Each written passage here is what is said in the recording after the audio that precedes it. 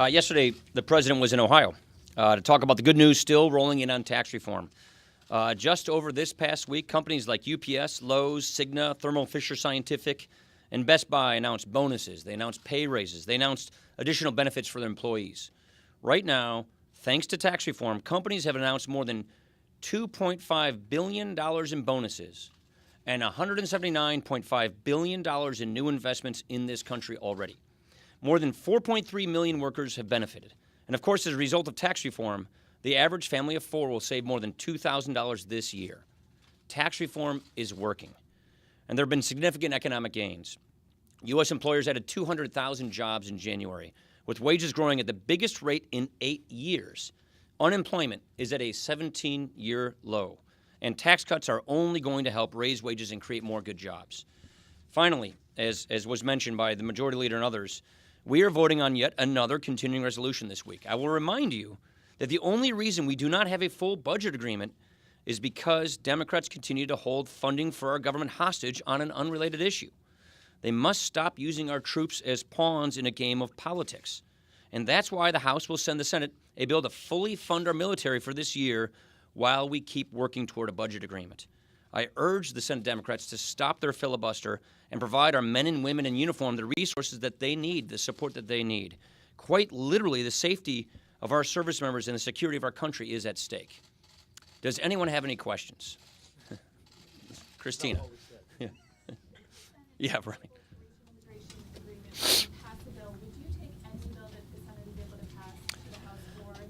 No, we've been very clear about this. We will take a bill that the president supports. So we look, put it this way.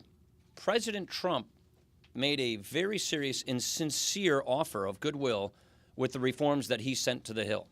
That is what we should be working off of. Those are the bipartisan negotiations that the majority leader is conducting on our behalf. So we're not going to bring immigration legislation through that the president doesn't support. We're working on something here in the House. We're working on bipartisan negotiations. It's going to be a bill that we support that the president supports. Yeah. Mr.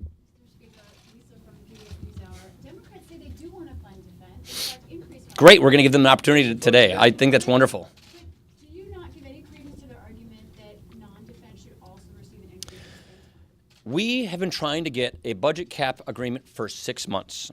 And I would argue strongly the reason we do not have a budget cap agreement which affects these issues is because they're holding government funding, particularly funding for a military hostage, on completely unrelated items that have nothing to do with funding the government.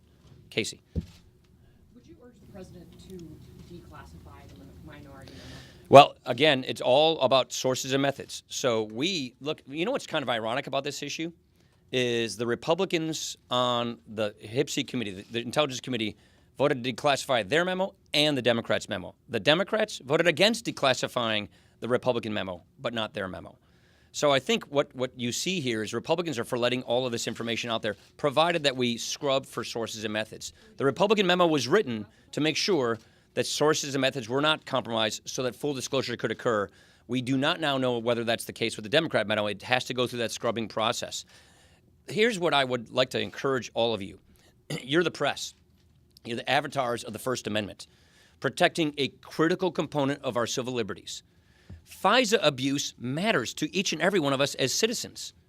And if our government abused the FISA process, a very unique selective process, which if mishandled could complicate and compromise in American civil liberties, we should care about that. So this is about making sure that our civil liberties as citizens are protected in the FISA court and that it is not politicized. Manu. Last week, you made the case that the memo, the Nunes memo, was separate from the Mueller investigation. I continue to say that. Yet over the weekend, the president claimed, quote, total vindication from the Nunes Look, memo. Was he vindicated in any way? Let me go back to what I just said. This is about FISA abuse, and this is about holding our government accountable, and this is about Congress doing its job and conducting oversight over the executive branch, which in this particular case has been given great power over us as citizens. We need to make sure that that power is used correctly. Thank you.